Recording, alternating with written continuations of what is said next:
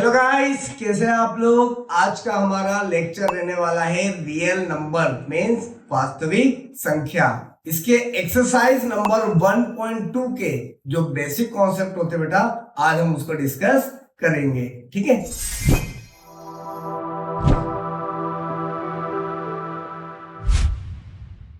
तो चलिए guys, basic concept में आज का हमारा पहला टॉपिक रहेगा इरेशनल नंबर, अपरिमेय संख्या।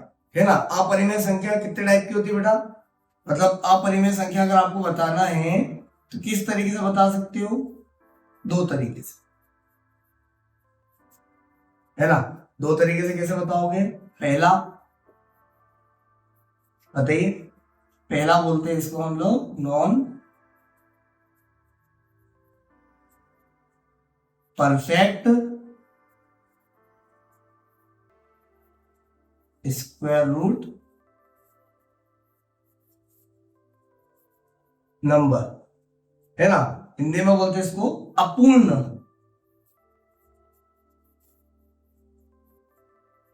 वर्गमूल संख्या। ठीक है ना। और एक अपरिमेय संख्या जो रहती है इरेशनल नंबर, वो डेसिमल की फॉर्म में रहता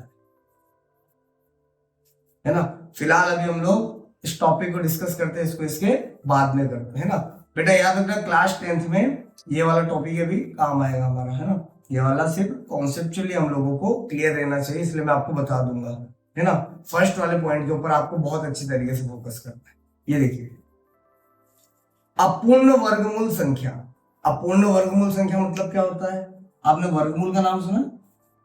क्लास 8th में पढ़ा था हमने, √2, है ना। 1 लेने का तो कोई सेंस नहीं बेटा, आंसर 1 ही आएगा। √3, √4, √5, √6, इसको स्क्वायर रूट बोलेंगे ना।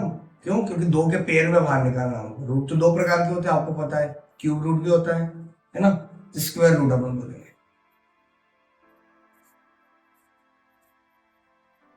देखिए, अगर मैं कहूँ कि ये जो नंबर है जो आपको स्क्वायर रूट के अंदर दिख रहे हैं, है ना, वर्गमूल के अंदर दिख रहे हैं, इसको बाहर कैसे लाएंगे? तो आप बोलोगे सर इन नंबर का फैक्टर निकालिए और जिसके पेयर निकल रहे हैं, जिसके पेयर है, जिसके जोड़े हैं, वो बाहर निकल जाएगा। जैसे ये 2 जो 2 के टेबल में आता है, इसका जोड़ा नहीं बन रहा है, तो मतलब ये बाहर नहीं निकलेगा, है ना। और बाहर नहीं निकल रहा है मतलब ये क्या कहलाएगा? इरेशनल नंबर, है ना। जो बाहर नहीं निकल रहा वो क्या कहलाएगा? इरेशनल नंबर कहलाएगा।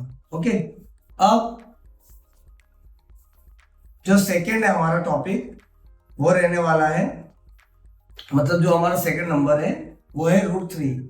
चलो एक बार 3 पर भी ट्राई कर लेते हैं। अरे क्या हुआ? इसका भी पेयर नहीं निकल रहा है ना। अब उसके बाद ये भी इरेशनली कहलाएगा फिर तो।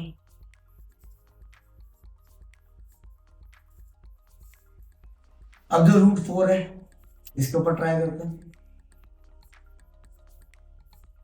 2 फिर 2, मतलब इसका एक पेयर बन रहा है, तो ये बाहर निकल जाएगा। तो √4 को हम क्या बोलते हैं? 2, है ना। इसका एक पेयर बन रहा है तो इसको 2 बोलते हैं। तो ये क्या कहलाएगा बेटा? हमारा रेशनल नंबर। ठीक है। जो √5 है और √6 है, इसको भी आप निकाल के देखिएगा, इनके भी कोई खास पेयर बनने वाले नहीं है ना। √8 का एक बार आपको बता देता हूँ, √8 को क्या क्या बोल सकते हैं हम लोग। जैसे √8 में आप कंफ्यूज हो सकते हो बेटा, 2 का टेबल, फिर 2 का टेबल, फिर 2 के टेबल। तो हमने इसको क्या करा? डिवाइड करा, है ना, इसके फैक्टर निकाले। अब यहाँ एक पेयर तो बन रहा है पर ये 2 तो अकेला रह गया ना, है ना। तो एक तो बाहर निकल गया, और जो नहीं निकल पाया उसको हम रूट में लिख देंगे, तो √2। तो आप बोलोगे सर ये रेशनल नंबर होना चाहिए, क्योंकि आपने कहा था कि नंबर बाहर निकल रहा। मैंने कहा था कि पूरा कंप्लीट नंबर बाहर निकलना चाहिए। मैंने ये नहीं बोला था कि उसका एक पार्ट बाहर निकल रहा है तो रेशनल नंबर होगा, है ना। ये भी क्या कहलाएगा? Irrational number. जब तक नंबर के ऊपर रूट है समझ जाना वो क्या है, इरेशनल नंबर है। ठीक है, भले आप रूट देख लीजिए, 24 का करके देख लीजिए, 24 का क्या आ रहा है, 2 की टेबल से, फिर 2 की टेबल से, फिर 2 की टेबल से, फिर 3 की टेबल से। तो ये बाहर निकल रहे हैं पर ये दोनों तो बाहर नहीं निकल पाए, तो इसको क्या बोलेंगे हम लोग, रूट 24 को। 2 तो बाहर आ गया, पर 2 और 3 ये नंबर बाहर नहीं आता, तो उसको बोलेंगे 2√6। ये भी क्या कहलाएगा, इरेशनल नंबर ही कहलाएगा। ठीक है ना। तो इरेशनल नंबर की डेफिनेशन मतलब एक मीनिंग जो रहता है, कॉन्सेप्ट, वो क्लियर है आप लोगों को अच्छी तरीके से, है ना। चलिए अब इरेशनल नंबर देखा जाए तो किस फॉर्म में आपको मिलेगा एग्जाम में। इरेशनल नंबर सिंपल नंबर में ही मिल सकता है आपको अंडर रूट के अंदर, जैसे √3 हो गया, √5 हो गया, √7 हो गया, है ना, √6 भी है, इस तरीके से, है ना। आपसे पूछा जा सकता है क्वेश्चन हमारे 1.2 में कैसे बनने वाले हैं कि इरेशनल नंबर ही दे रखा है, उसको प्रूफ करना है कि वो इरेशनल नंबर है तो क्यों है ना। वो क्यों है उसके लिए अदर कॉन्सेप्ट है जो भी हम नीचे पढ़ने वाले हैं, पर ये नंबर ही पूछे जाएंगे आपसे। इसके बाद एक रेशनल के साथ प्लस में एक रेशनल दे देंगे इस तरीके से, ठीक है ना।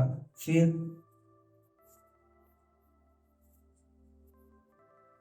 ये हो गया,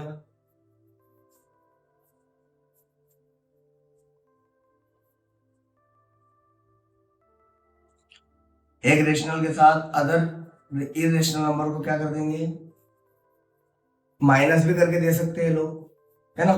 तो बेटा याद रखना, फिर आगे जैसे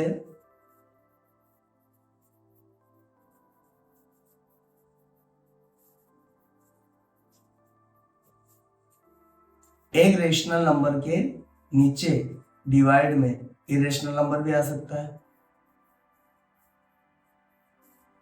ठीक है। एक रेशनल नंबर से दूसरे रेशनल नंबर को मल्टीप्लाई भी किया जा सकता है, ये देखिए। पर बेटा याद रखिएगा कि जब तक एक इरेशनल नंबर किसी अदर रेशनल नंबर के साथ है किसी भी फॉर्म में, प्लस माइनस इंटू डिवाइड, वो हमेशा उसको भी इरेशनल नंबर ही बना देगा, ठीक है ना। एक प्रकार से देखा जाए तो ये टार्ट्रिक एसिड है ना, जिसके साथ मिलेगा उसका स्वाद खराब करेगा, है ना। ये क्या है, इरेशनल नंबर नॉर्मल, और अगर ये नॉर्मल अगर किसी के साथ प्लस हो रहा है तो वो भी इरेशनल नंबर, किसी नंबर के साथ माइनस हो रहा है तो वो भी इरेशनल नंबर, किसी नंबर के साथ डिवाइड हो रहा है रेशनल के साथ तो वो भी इरेशनल नंबर, और किसी के साथ मल्टीप्लाई हो रहा है तो वो भी इरेशनल नंबर, ठीक है ना। ये याद रखिएगा। ये देखिए, अब आप लोग इसको थोड़ा सा चाहें तो नोट कर सकते। चलिए बेटा, अब इरेशनल नंबर का सेकंड कॉन्सेप्ट भी हम लोग क्या कर लेते हैं, डिस्कस करते हैं। देखिए डेसिमल नंबर भी इरेशनल नंबर होता है, तो पहले तो डेसिमल नंबर कितने टाइप के होते हैं वो डिस्कस कर लेते हैं हम लोग, है ना। मेनली तो डेसिमल नंबर 2 टाइप के होते हैं। पहला कहलाता है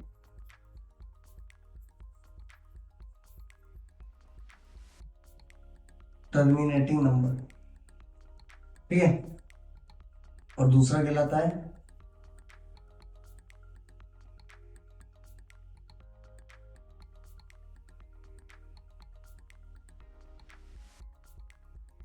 नॉन टर्मिनेटिंग नंबर, है ना। हिंदी में बोलते हैं इसको शांत, और इसको बोलते हैं फिर अशांत। शांत नहीं है ना, शांत, है ना। डेसिमल नंबर है 2 टाइप के होते हैं, और फिर नॉन टर्मिनेटिंग रहता है वो भी 2 टाइप का होता है। पहला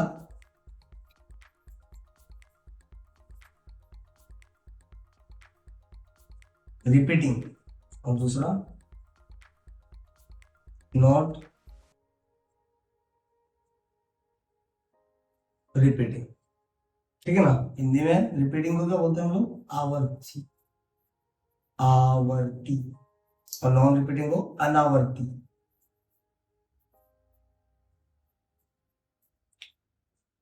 ठीक है, देखिए अगर मैं आपको कहूंगे नंबर आपको दिख रहा है 2.75 है ना, ये नंबर क्या हुआ 5 पर जाकर खत्म हो गया है ना, एंड हो गया। तो याद रखना वह नंबर जो डेसिमल के बाद आगे जाकर एंड हो जाते हैं है ना, पॉइंट लगाने के बाद दशमलव का आगे जाकर अगर एंड हो जाते हैं तो नंबर क्या कहलाते हैं अपने, टर्मिनेटिंग नंबर। कौन से नंबर, टर्मिनेटिंग नंबर, ये याद रखना।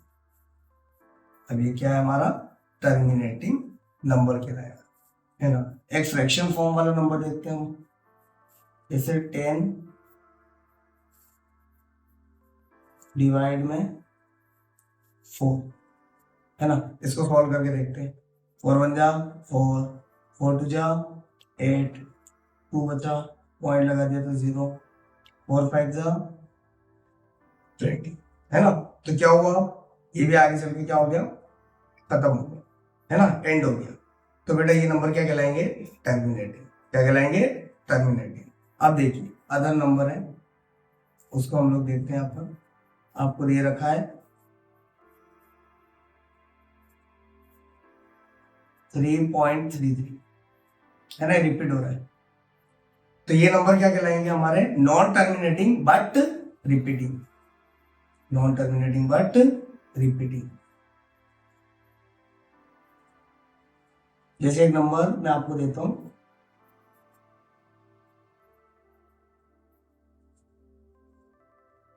20/3 है ना। 20/3 मतलब क्या होता है, 3 1 जा 3, 3 6 जा 18, 2 बचा, पॉइंट लगाया, फिर 0 आ जाएगा, फिर 6 आएगा, फिर 2 बचेगा, पॉइंट लगा तो एक 0 तो कंटिन्यू कर ही सकते हैं, फिर 6, मतलब ये भी रिपीट हो रहा है। तो ये क्या कहलाएगा बेटा, नंबर हमारा नॉन टर्मिनेटिंग बट रिपीटिंग, अशांत परंतु आवर्ती इसको बोला जाता है हिंदी में है ना, अशांत परंतु आवर्ती दशमलव। अब लास्ट, ना तो टर्मिनेट होगा ना रिपीट होगा है ना, अशांत और अनावर्ती बोला जाता है इसको। क्या बोला जाता है, अशांत और अनावर्ती। ठीक है, ये नंबर कैसा हो सकता है, ये नंबर सिंपल ऐसा हो सकता है जैसे 3.151617181920, मतलब ये तो ना तो ये खत्म हो रहा है ना तो ये रिपीट हो रहा है ना। जैसे 10.10100100014 इस तरीके से नंबर। तो ऐसे नंबर क्या कहलाते हैं हमारे, क्या बोलते हैं हम इसे, non terminating and non repeating. ठीक है, अब बेटा याद रखना कि जो डेसिमल नंबर होते हैं ना,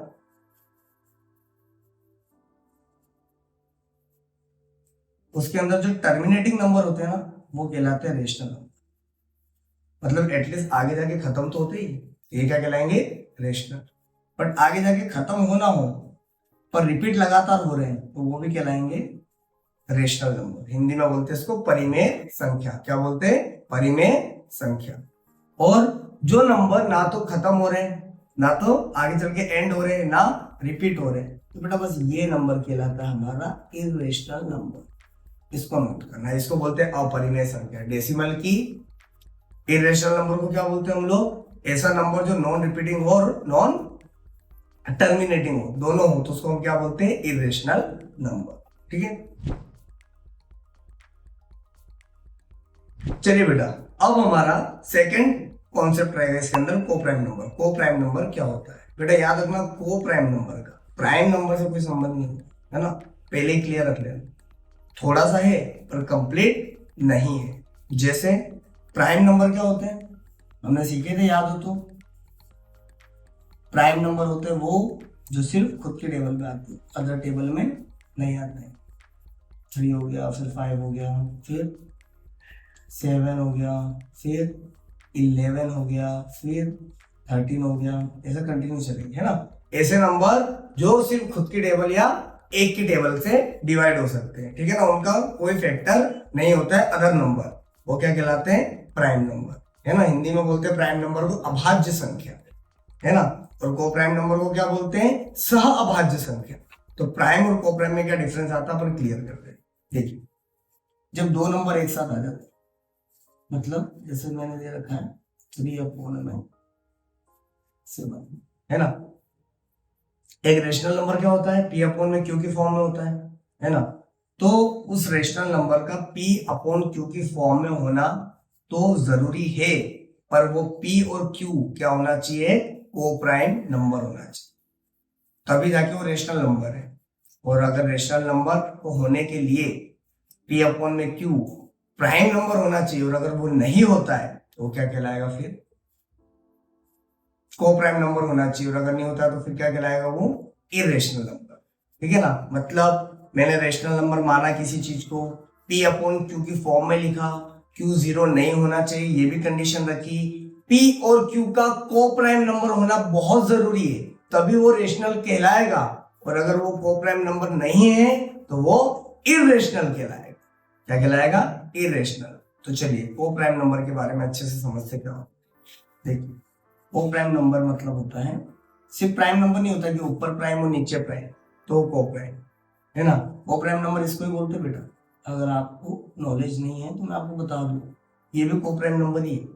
8/27, 9/10। आप बोलोगे सर गजब है यार।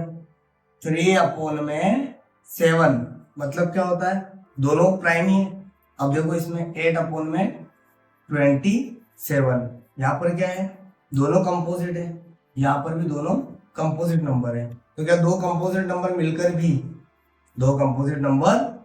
भी को प्राइम नंबर बना सकते हैं? बिल्कुल। क्यों? क्योंकि को प्राइम नंबर का कॉन्सेप्ट ये बोलता है बेटा कि ऐसे दो नंबर जिनके फैक्टर कभी भी सेम नहीं होना चाहिए, एक सिंगल फैक्टर भी उनका मैच नहीं होना चाहिए। ठीक है ना, तभी वो को प्राइम नंबर कहलाएंगे। जैसे देखिए 3/7 को क्या बोलते हैं? इसको बोलेंगे 1 into 3, इसको बोलेंगे 1 into 7। 1 को तो हालांकि हम कुछ भी नहीं मानते ना, प्राइम ना कंपोजिट, है ना। तो यहाँ पर भी किसी भी प्रकार से कोई से फैक्टर कॉमन है क्या?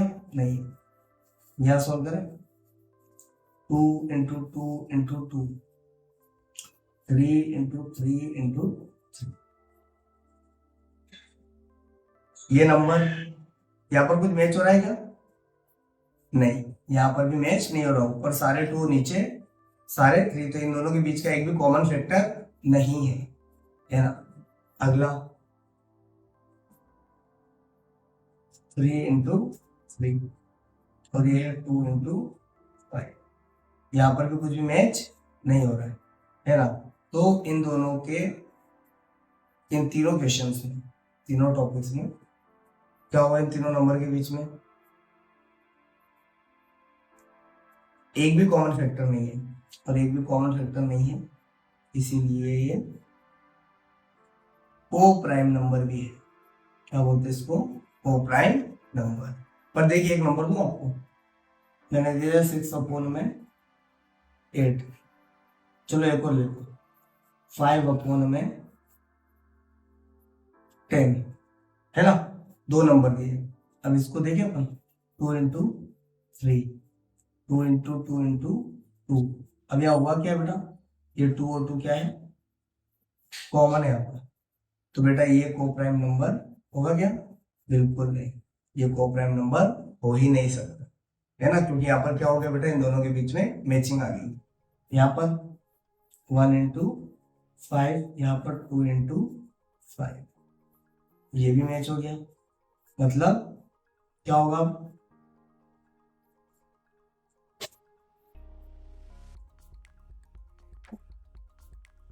है ना, ये भी को प्राइम नंबर नहीं होगा। तो अब आपको समझ में आ गया होगा कि को प्राइम नंबर होने के लिए क्या चाहिए। को प्राइम नंबर होने के लिए ये चाहिए कि उन दोनों नंबर, चाहे वो प्राइम हो चाहे वो कंपोजिट हो, अगर उनका एक जोड़ा आ रहा है तो बेटा उनका एक सिंगल नंबर भी कॉमन नहीं होना चाहिए, एक सिंगल फैक्टर भी कॉमन नहीं होना चाहिए। अगर एक सिंगल फैक्टर भी कॉमन हो गया तो बेटा फिर वो को प्राइम नंबर नहीं होगा। ठीक है ना, यह हम लोगों ने देख लिया। ठीक है ना। चाहे इसका ये p हो और ये q हो, ना तो p किसी नंबर से डिवाइड होना चाहिए और उसी नंबर से q भी डिवाइड नहीं होना चाहिए। जैसे यहाँ क्या हो गया, 6 है, वो किससे डिवाइड हो रहा है, 2 से हो रहा है, और 8 भी 2 से डिवाइड हो रहा है। और अगर p और q अगर दोनों ही डिवाइड हो रहे हैं किससे, 2 से, मतलब 2 उनका क्या है, कॉमन फैक्टर। और अगर 2 उनका कॉमन फैक्टर है मतलब वो कोप्राइम नंबर नहीं है। अगर ये 5 और 10 है, अब इन दोनों को कौन डिवाइड कर रहा है, वो 5 के टेबल से इजीली डिवाइड हो रहे हैं p और q, है ना, 5 और 10, तो ये भी कोप्राइम नंबर नहीं है। ठीक है ना, ये याद रखो। स्क्रीन को बेटा आप जूम कीजिए और पॉज कीजिए और नोट कीजिए। चलिए बेटा, अब फंडामेंटल थ्योरम ऑफ अरिथमेटिक, अंकगणित की आधारभूत प्रमेय के बारे में हम लोग डिस्कस कर लेते हैं, है ना।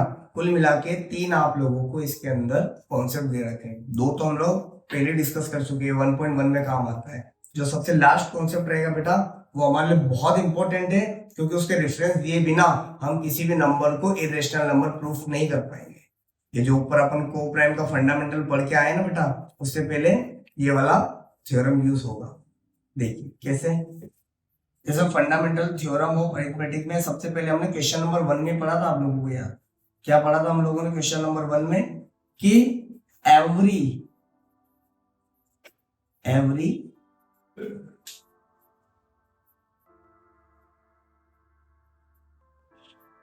composite number is product of its prime factor. इसका मतलब ये होता है कि दुनिया के जितने भी कंपोजिट नंबर है वो प्राइम फैक्टर का ही मल्टीप्लिकेशन होते हैं। जैसे वैसा भी नंबर ले लो आप, कंपोजिट में 20 लिया, इसके फैक्टर क्या होते हैं, इसे निकाल के देखा होगा हमने, 2 फिर 2 फिर 5, मतलब 2 इंटू 2 इंटू 5, और 2 और 5 क्या होते हैं, प्राइम नंबर होते हैं, है ना, और इसके फैक्टर भी होते हैं। तो क्या कहलाएंगे, इसके प्राइम फैक्टर कहलाएंगे। तो जितने प्राइम फैक्टर रहते हैं उनका मल्टीप्लाई कर देंगे तो वापस क्या आ जाएगा हमारा, कंपोजिट नंबर। हिंदी में कंपोजिट नंबर को बोलते हैं हम भाज्य संख्या, है ना, जिसको भाग दिया जा सकता है।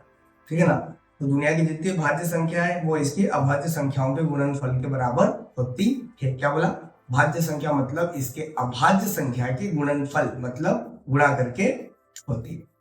अगला नेक्स्ट टॉपिक है, ये भी हम लोगों ने कवर किया था यार, इसमें तो मैंने स्पेशली रेफरेंस भी दिया था आप लोगों को। जैसे 6 की पावर n है तो ये 0 डिजिट पर एंड हो सकती है क्या,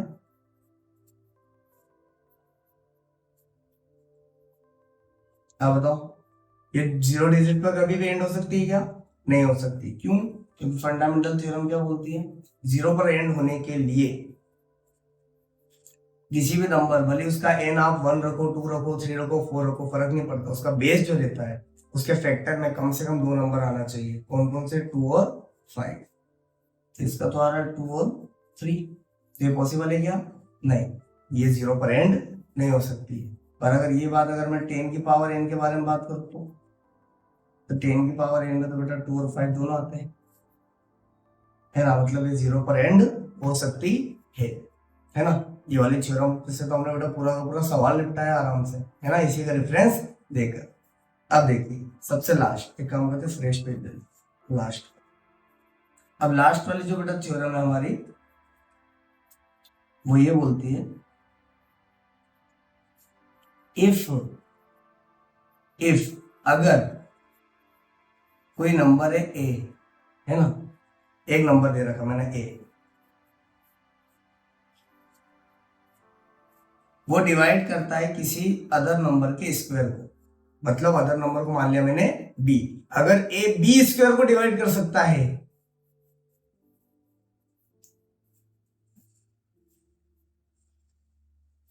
then it can divide b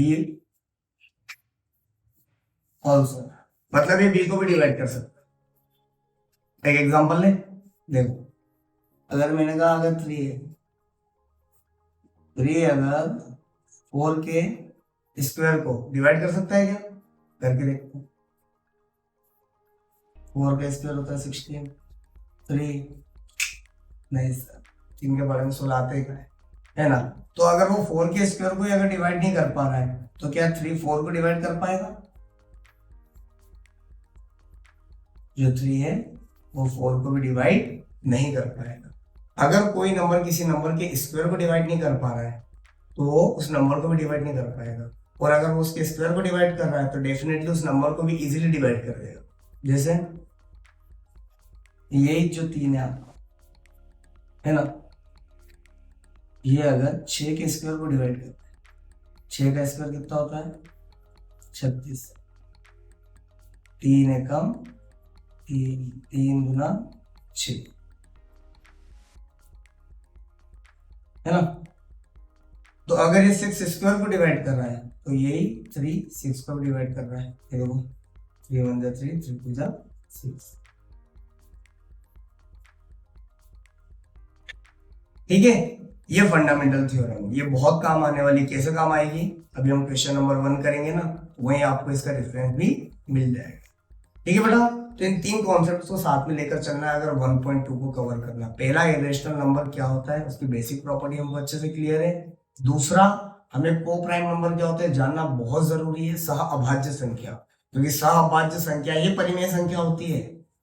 अगर वो सह अभाज्य संख्या नहीं है तो परिमेय संख्या भी नहीं है, और अगर वो परिमेय संख्या नहीं है तो वो अपरिमेय संख्या है। ठीक है ना। इसका कॉन्सेप्ट कहां से शुरू होगा कि जब कभी भी किसी भी नंबर को अगर आप रेशनल मानते हैं तो उसको को प्राइम प्रूफ करो। अगर को प्राइम प्रूफ कर रहे हो तो उसके नंबर जो है p अपॉन में q की फॉर्म में, ना तो p किसी नंबर से डिवाइड होगा उस नंबर के अलावा, ना तो q होगा। अगर p और q दोनों का अगर एक डिफरेंट फैक्टर मिल गया, जैसे 5 और 7 दो नंबर है, अगर इसका कॉमन फैक्टर कहीं पर भी अगर 2 मिल गया, 3 मिल गया, 4 मिल गया, 5 भी मिल गया, तो बेटा समझ जाना कि वो फिर को प्राइम नंबर नहीं है। और को प्राइम नंबर नहीं है तो वो रेशनल भी नहीं है, और रेशनल नहीं है तो फिर वो इरेशनल नंबर है। ठीक है ना। ये हमारी स्टेप रहती है किसको, 1.2 के क्वेश्चंस को सॉल्व करने की। ठीक है, एक छोटा सा कॉन्सेप्ट और है, वो भी हम लोग कवर कर लेते हैं इसी के अंदर। ठीक है ना, ताकि नेक्स्ट टॉपिक्स में हमको कोई क्लियर मतलब प्रॉब्लम ना आए। देखो मैं यहीं पर प्रूव करता हूँ। इसको देखकर आप बोलोगे सर ये तो इरेशनल नंबर लिख दिया आपने। हाँ, मैं भी यही बोलूँ। और अगर उसकी जगह मैं ये बोल दूँ 3b माइनस a अपॉन में b, ऐसा कोई नंबर दे दिया मैंने, और मैंने बोल दिया a और b कोई सा भी सिंपल इंटीजर हो सकता है, कोई सा भी सिंपल इंटीजर हो सकता है, 1 2 3 4 व्हाटएवर। तो बताओ क्या ये दोनों नंबर कभी भी इक्वल हो सकते हैं क्या? आप बोलोगे एक बार करके देख ले, है ना, रिस्क क्यों ले। देख मैंने बोल दिया a बराबर मान लो क्या है 2 है, और b बराबर मान लो 5 है। ठीक है ना। तो √3 तो √3 रहेगा, अब b की जगह 5 लिख दिया, a की जगह 2 लिख दिया, फिर b की जगह 5 लिख दिया। 15 माइनस 2 बटे में 5 √3 बराबर 13 अपॉन में 5। अब बेटा देखो ना यार आप लोग कि जो √3 है ये तो आपको पता अखंड इरेशनल नंबर है ना, ये तो इरेशनल नंबर है। पर अगर इसको हम सॉल्व करेंगे तो ये क्या कहलाएगा, रेशनल नंबर। तो कभी भी रेशनल नंबर इरेशनल के नंबर के इक्वल हो सकता है क्या? नहीं हो सकता। कभी भी रेशनल इरेशनल के इक्वल नहीं हो सकता है। तो इतना सॉल्व करने की जरूरत इसलिए पड़ी क्योंकि आपको समझाना जरूरी था, है ना। वरना आप समझ ही जाओगे कि अगर b और a कोई सा भी इंटीजर होगा तो बेटा ये तो रेशनल है, कौन सा नंबर है, ये तो रेशनल है, और ये इरेशनल है। तो रेशनल और इरेशनल कभी भी इक्वल नहीं हो सकते। आगे समझ में, ये भी आगे काम आने वाला है। ठीक है ना। अगला लेक्चर आपको देखना पड़ेगा, तभी जाके आपको पता चलेगा कि हमने इतना डिस्कशन क्यों करा इस छोटे से टॉपिक के लिए। ठीक है, चलिए अगले लेक्चर में मिलते हैं। पहले एक बार इसको आप नोट कर लीजिए प्रॉपर।